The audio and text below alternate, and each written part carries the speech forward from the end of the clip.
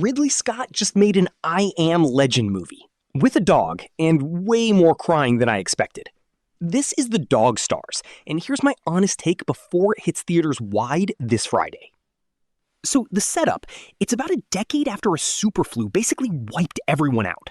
Jacob Elordi plays Hig, a former pilot flying supply runs out of an old hangar he shares with Bangley, played by Josh Brolin, this hardened ex-Marine. No flashbacks, no big here's how the world ended dump. You're just dropped into the routine. And through all of it, Hig's got his dog. Everything kicks off when Hig picks up a weird transmission on the radio, and he goes looking for it. That's the movie. Here's the thing that actually surprised me. It's not the apocalypse stuff. It's who he runs into out there. Hang on, I'll get to that. Honestly, the characters hit harder than I thought they would. Elordi and Brolin have this young gun meets veteran chemistry. Funny, but there's real weight under it too. Guy Pearce shows up as Pops, and his arc actually goes somewhere, which not always a given in these movies.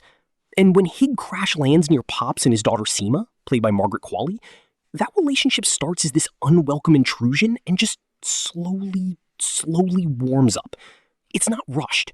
It didn't have to be, and I appreciated that. And the dog. Look, I'm not going to pretend the dog thread didn't get me. Jasper's been with Hig since before his wife died. He's basically the last living link to who Hig used to be. And there's this quiet gut punch running underneath the whole film about what happens when Hig has to face life without him.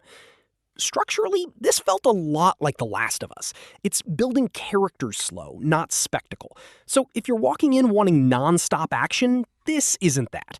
If you want something quieter that actually earns its emotional beats, it delivers more than the trailers are letting on. Now, the criticism. And it's fair, because a bunch of critics are saying the same thing. This is not a new premise. I Am Legend, 28 years later, half a decade of Walking Dead. You've seen this world before, and The Dog Stars doesn't really try to make the setting itself feel different. The Reapers, the antagonist threat out there, more vibe than actual character. And somehow we never find out how Hig and Bangley even teamed up in the first place. For a movie that slows down for everything else, that's a weird blank spot. So does the emotional stuff make up for how familiar the shell is?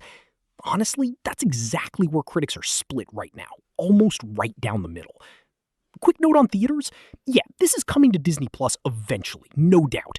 But if you can catch it in IMAX, the flying sequences and the scale of the wasteland actually earn the big screen. This is one I'd push you towards seeing big instead of waiting it out. Alright, spoiler-free people, this is your exit. I've got a full spoiler breakdown of that ending timestamped in the description if you want it after you've seen it. Bottom line, The Dog Stars is a familiar shell with a genuinely warm center. It's not reinventing anything. If you're burned out on post-apocalyptic stories, this won't change your mind. But Elordi and Brolin carry it further than the premise has any right to go. Let me know down in the comments. Are you still down for another end-of-the-world story? Or are you completely burned out on this setting? Drop your score. And if you want more of these before wide release drops, go ahead and subscribe. See you in the next one.